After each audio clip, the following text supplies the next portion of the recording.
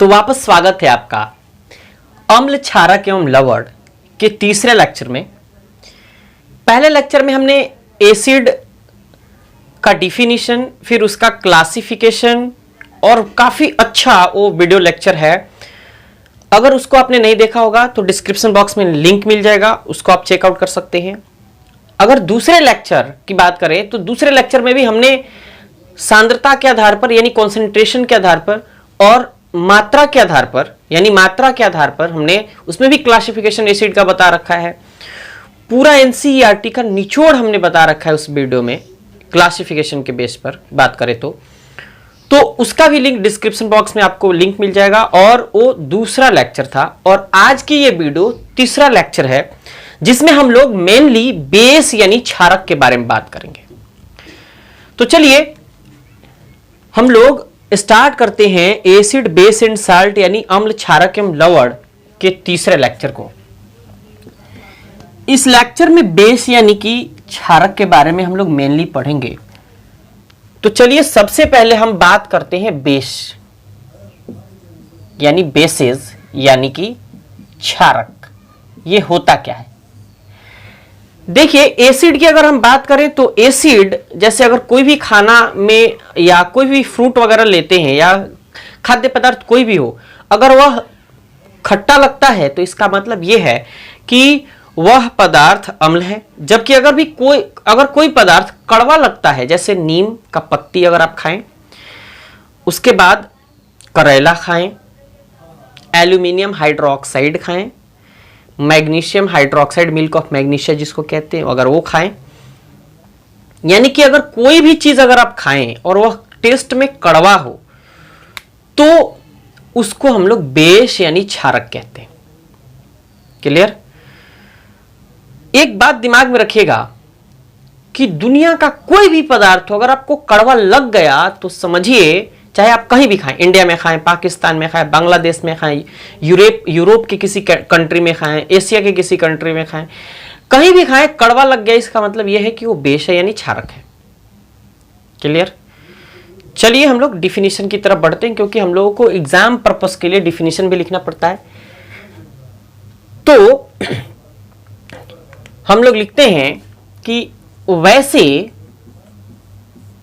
पदार्थ आमतौर पर एनसीईआरटी में लिखता है जो स्वाद में कड़वा हो, जो रेड लिटमस पेपर को ब्लू कलर में चेंज कर दे, वह क्या है? बेस है यानी क्षारक है। लेकिन हम उस डिफिनीशन की बात नहीं करेंगे क्योंकि वो प्रॉपर्टी है, उसका गुण है ना। डेवी ने जब सबसे पहले 1680 में और रॉबर्ट बॉयल साहब ने जब 1680 में बेस का यानी क्षारक का डिफिनीशन दिया तो यही दिया, कहा कि हाइड्रोक्सी ग्रुप हो, टेस्ट में कड़वा हो तो उसको क्या कहेंगे? बेस कहेंगे, क्षारक कहेंगे। लेकिन 1884 में जब क्षारक का डिफिनीशन आर्हेनियस ने दिया तो हम उसके अकॉर्डिंग, आर्हेनियस साहब के अकॉर्डिंग हम डिफिनीशन लिखेंगे। और उन्होंने कहा था कि वैसे पदार्थ जिसमें जो जल में घुल करके हाइड्रोक्सी आयन डोनेट करता है उसे हम लोग क्षारक कहते हैं। लेकिन लॉरी साहब का भी बात सामने आता है कि वैसे पदार्थ जो प्रोटॉन एक्सेप्ट करते हैं, स्वीकार करते हैं, उसको हम लोग क्षारक कहते हैं। तो दोनों डिफिनीशन लिखेंगे। देखते हैं वैसे पदार्थ जो जल में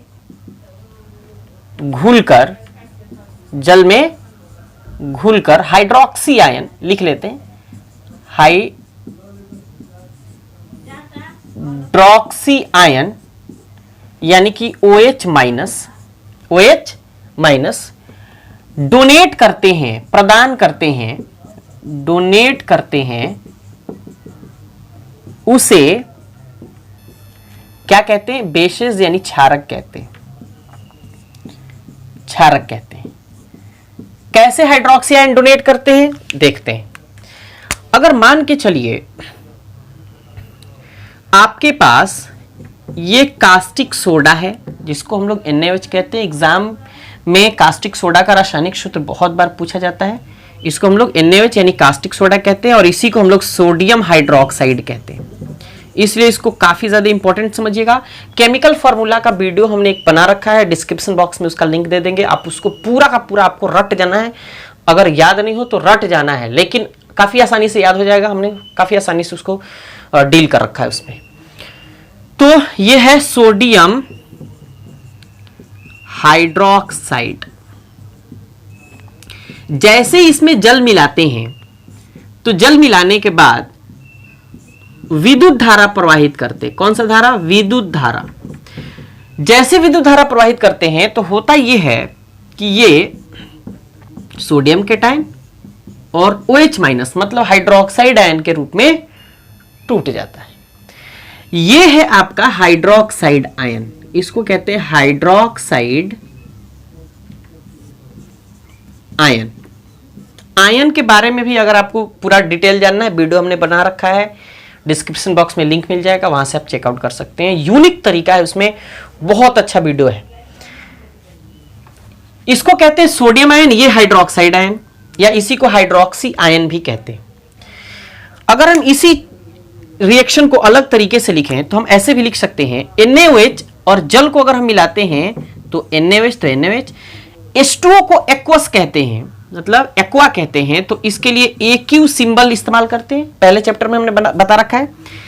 और अगर हम यहां से विद्युत धारा यानी इलेक्ट्रिक चार्ज प्रवाहित करते हैं तो ये सोडियम केटायन एक्वस और फिर OH माइनस एक्वस फॉर्म में ये क्या होता है?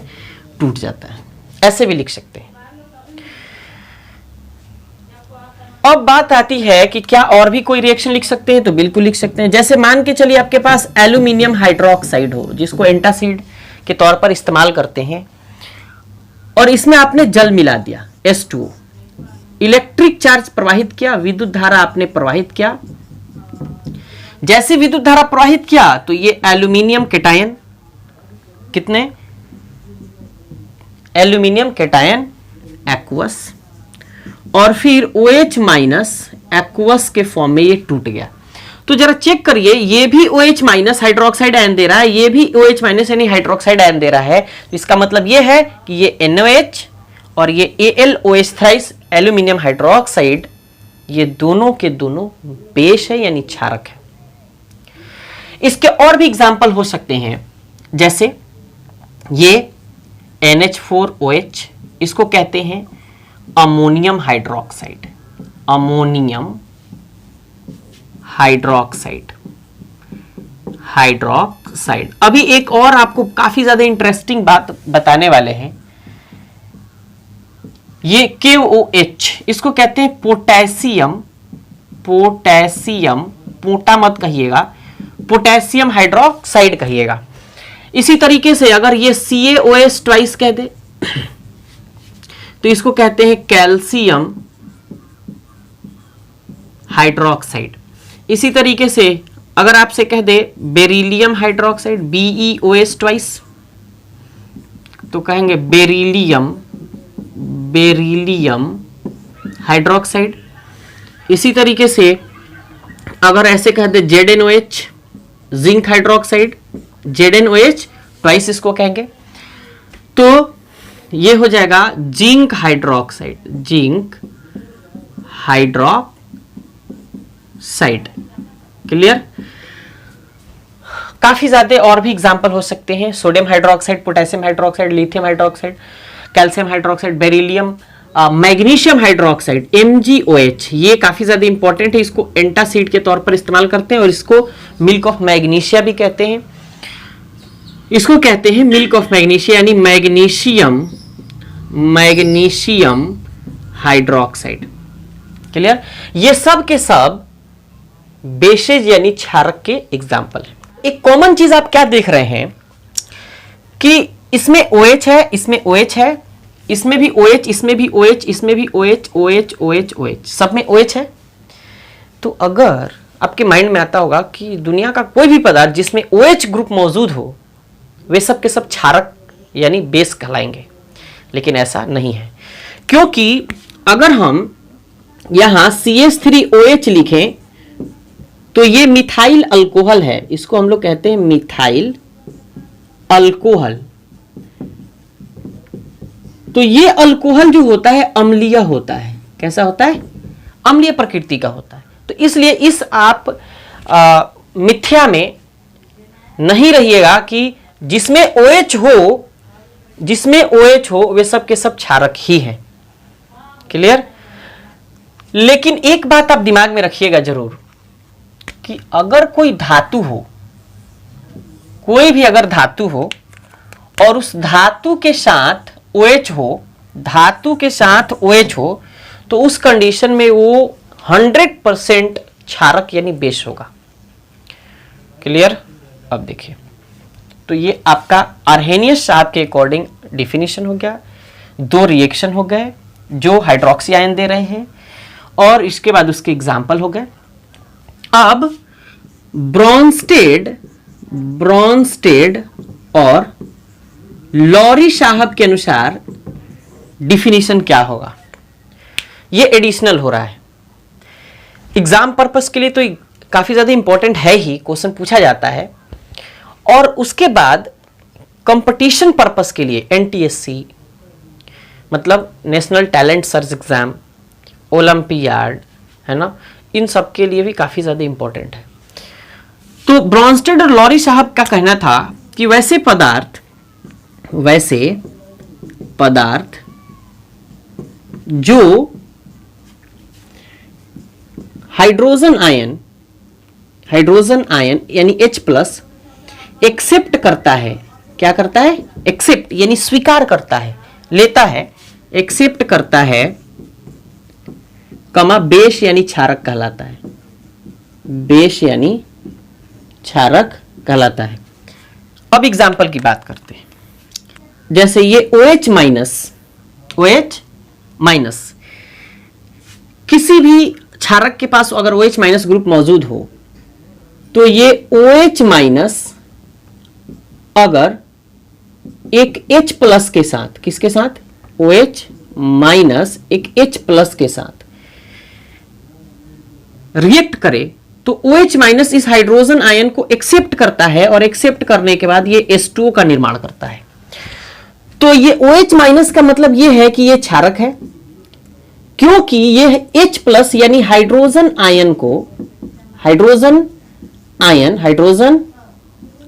आयन जिसकी प्रकृति अम्लीय होती है, ये अम्ल है और ये क्षारक है, और ये दोनों आपस में रिएक्ट करके H2 यानी न्यूट्रल उदासीन पदार्थ जल का निर्माण कर रहे हैं। तो ये क्षारक यानी क्षारीय, ये अम्लीय, और ये जल कैसा होता है, उदासीन होता है। तो कोई भी पदार्थ अगर H+ को एक्सेप्ट करे, उसको स्वीकार करे और एक न्यूट्रल यानी उदासीन पदार्थ का निर्माण करे, तो वह पदार्थ क्या कहलाएगा, क्षारक यानी बेस कहलाएगा। और ये सब के सब जितने NaOH, KOH, CaOH twice, BeOH twice, ये सब के सब क्या है, क्षारक के एग्जाम्पल है। क्लियर है। अब इसके आगे हम लोग टाइप की बात करते हैं, लेकिन टाइप से पहले हम इसके कुछ गुण के बारे में बात करते हैं। तो पहले आप इसको लिखिए, फिर हम फिजिकल प्रॉपर्टी यानी कि भौतिक गुण की बात करते हैं। एक नोट लिखिएगा, धातु के ऑक्साइड क्षारीय प्रकृति के होते हैं।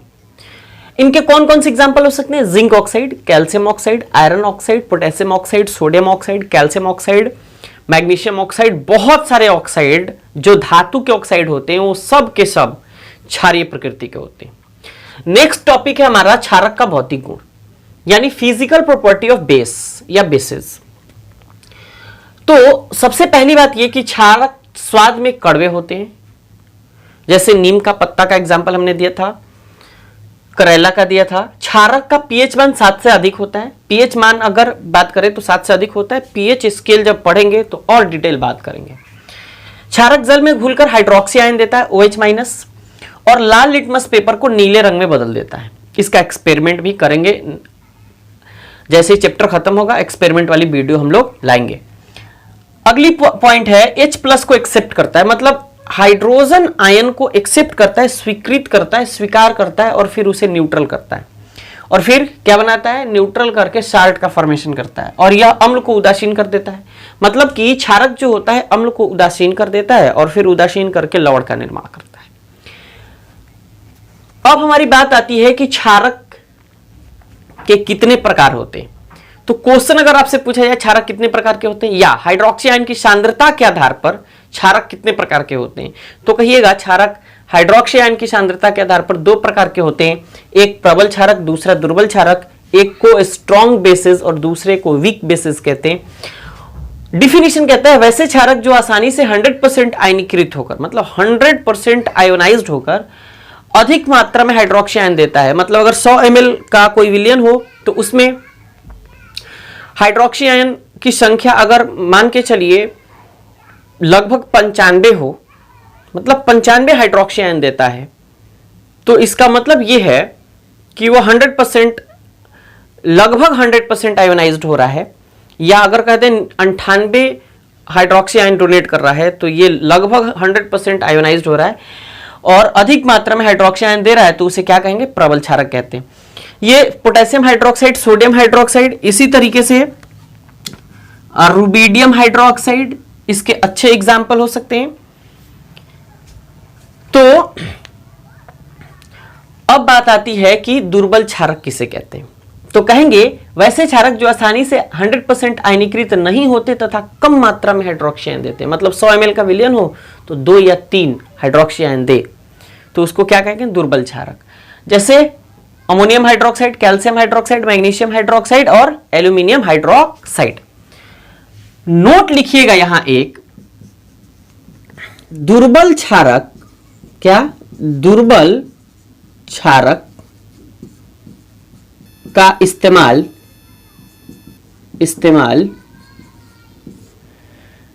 एंटासिड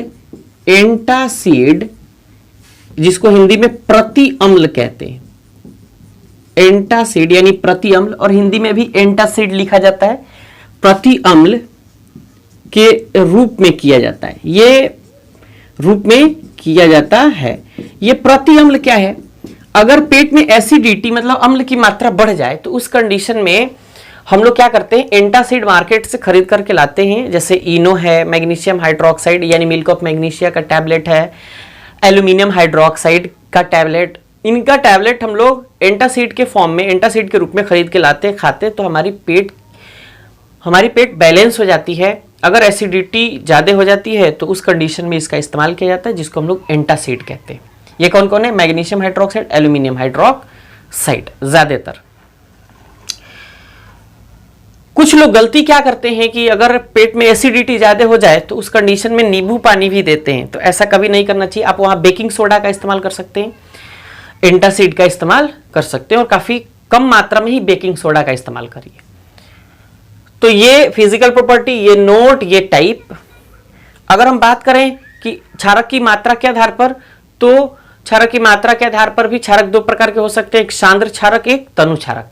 सांद्र क्षारक वैसे क्षारक होते हैं जिसके जलीय विलयन में क्षारक की मात्रा ज्यादा हो और तनु में क्षारक की मात्रा कम होती है। जितने तनु क्षारक होंगे वो सब के सब ये दुर्बल क्षारक होते हैं, और जितने सांद्र क्षारक होते हैं ये प्रबल क्षारक होते हैं। क्लियर हो गई होगी बात? पहले इसको आप लिख लीजिए। तो आज का ये वीडियो कैसा लगा? अगर वीडियो अच्छा लगे तो वीडियो को लाइक करिए, अपने दोस्तों के साथ शेयर करिए, और चैनल पे पहली बार अगर आए हैं तो चैनल को सब्सक्राइब करके बेल आइकन को जरूर प्रेस करिएगा। अब एक जरूरी बात ये कि अगर आप वीडियो लेक्चर देख रहे हैं तो वीडियो लेक्चर देखने से कितना आपको लाभ हो रहा है ये कमेंट करके जरूर बताइए। और अगर आप नोट्स नहीं बना रहे हैं तो आप नोट्स बनाना शुरू करिए, क्योंकि इससे आप ही लाभान्वित होंगे और कॉन्सेप्ट इससे और क्लियर होता है। तो चलिए मिलते हैं नेक्स्ट वीडियो में। Thanks for watching.